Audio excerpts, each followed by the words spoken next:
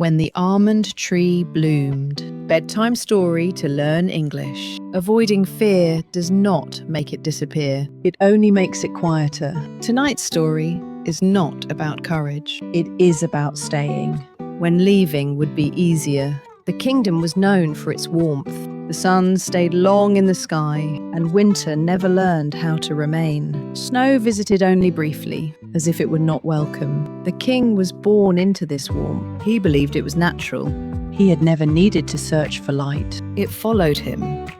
When the time came to choose a queen, he looked far beyond his borders. She came from the north. Her homeland was quiet and pale. Winter lasted there. Snow rested on the land without apology. Silence was not empty, but full. The journey south was long. By the time she arrived, spring had already begun. At first, the queen smiled often. She admired how flowers bloomed without effort. She listened to the birds with curiosity. She thanked everyone. But slowly, something shifted. Her words became fewer, her steps more careful. She began to pause at windows, watching the horizon, as if waiting for something that never arrived. The king noticed too late. Not in a moment, but in a feeling that stayed after conversations ended. He asked what she needed. He brought musicians. He prepared warm meals. He filled the palace with light. The queen accepted everything with grace, yet her eyes remained distant, as if part of her was elsewhere. At night, when the palace slept, she stood by the window. She watched the hills fade into darkness. She listened to the land that never rested. One evening, the king stood beside her. "What are you looking for?" he asked. She remained silent for a long moment. "I am remembering," she said. Doctors were called. They spoke of weakness, of climate, of adjustment. But the queen was not ill. She was longing. The king understood. Slowly, not with certainty, but with patience. She never asked to leave. She never spoke of returning north. She only carried something that could not be brought with her. The weight of winter, the quiet of snow, the way the world paused. That night, the king did not promise to fix her. He did not ask her to change. For the first time, he chose to stay, without offering solutions. And the queen, standing beside him, did not turn away. The days that followed were quiet, not empty, but unforced. The king stopped asking questions that demanded answers. He no longer asked how she felt or what she needed. Instead, he began to notice. He noticed that the queen walked more slowly when the mornings were bright. He noticed how her breathing changed when the air cooled at night. He noticed that she spoke most easily when no one waited for her to speak. So he waited. They walked together without direction, sometimes through the garden, sometimes beyond the walls, where the land stretched wide and open. The queen showed him places where the sun arrived late, where the ground stayed cool, where shadows remained longer than elsewhere. "These places feel closer," she said once. "Closer to what?" the king asked. She thought carefully. "Closer to myself," she answered. The king did not respond. He kept her words. Winter approached, but never fully arrived. The land grew green again too quickly. One evening, the queen stopped at the edge of the field. She watched the sky soften into grey. The light faded slowly, without urgency. "In the north," she said,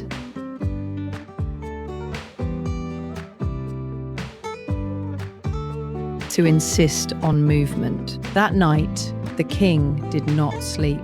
He did not feel helpless. He felt attentive.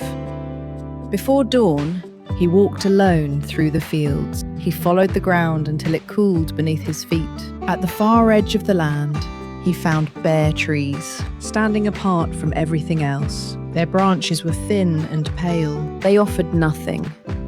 They asked for nothing. The king stood among them. For a long time, he returned to the palace with soil on his boots and a quiet thought he did not yet name. Days passed.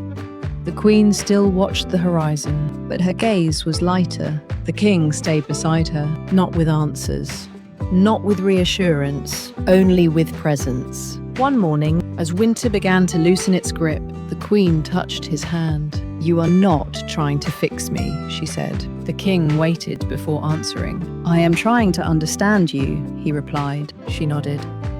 And for the first time in many days, she did not return to the window alone. They stood together, watching a season that belonged fully to neither of them. Outside, the bare trees waited. The king did not announce his decision. There was no meeting, no explanation offered to the court. Instead, he began to walk. Each morning, before the palace woke, he crossed the fields alone. He followed the land until the air grew cooler and the soil felt firm beneath his hands. At the edge of the hills, he stopped.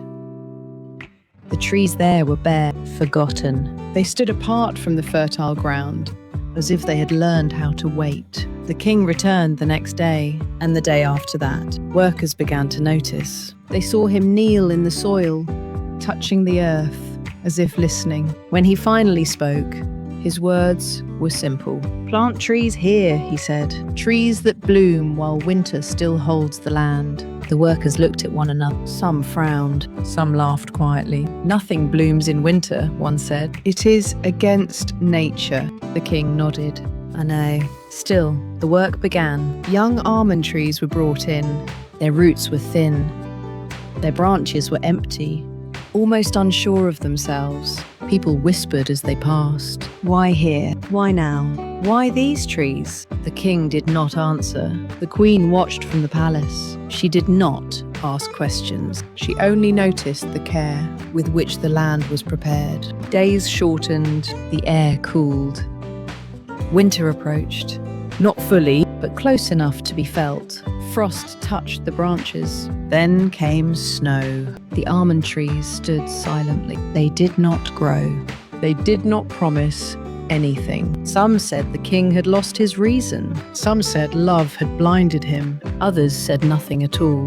One evening, the queen walked among the trees. Snow rested on her cloak. Her breath rose softly into the air. "These trees look tired," she said. "They are waiting," the king replied. She placed her hand on a branch. It was cold, alive.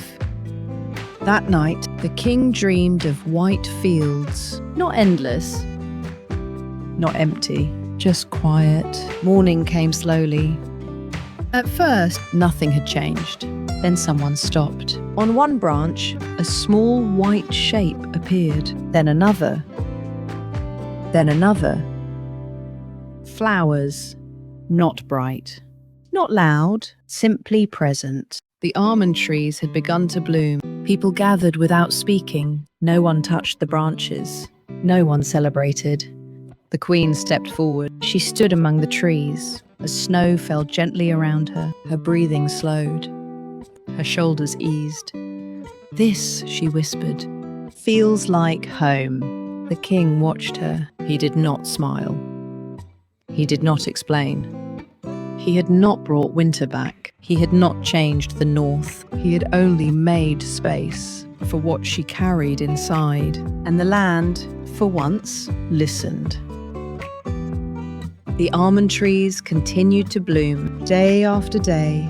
White flowers opened against the cold, as if the land had chosen a gentler voice. People came to see them, not as visitors to a festival, but as witnesses. They stood quietly. They spoke in low voices. Some only watched and left. The king allowed this. He did not claim the trees. He did not turn them into proof. They were not a miracle meant to be explained. They were simply there. The queen returned to the grove often, sometimes alone, sometimes with the king beside her. She did not become brighter, nor did she return to the joy people remembered from her first months in the south. Instead, something softer appeared. She began to hum again, quietly, as she walked among the branches. She rested her hand on the trees, as if greeting an old friend. She spoke more, not because she was asked, but because the weight she carried had shifted. One night, snow fell heavier than before. The palace grew silent. Candles burned low. Even the air seemed to pause. The king found the queen by the window. "I thought you might be cold, he said. She turned toward him. Her eyes were clear. I am not cold, she replied. I was only far away. The king did not ask where. He stood beside her. Together they watched the snow cover the garden, the road, the sleeping land. For a moment, the kingdom looked like the north. Not perfectly, not forever, but enough.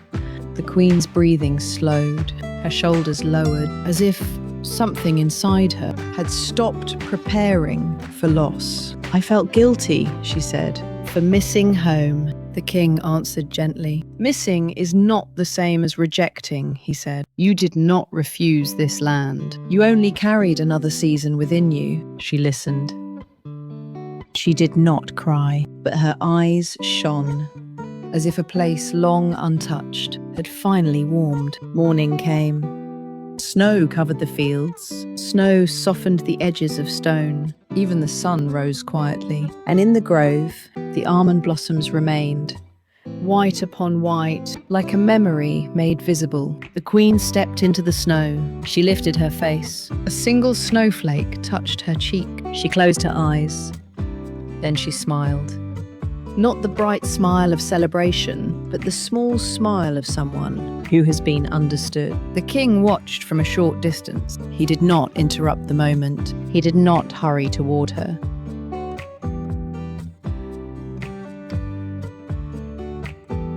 It asks to be understood.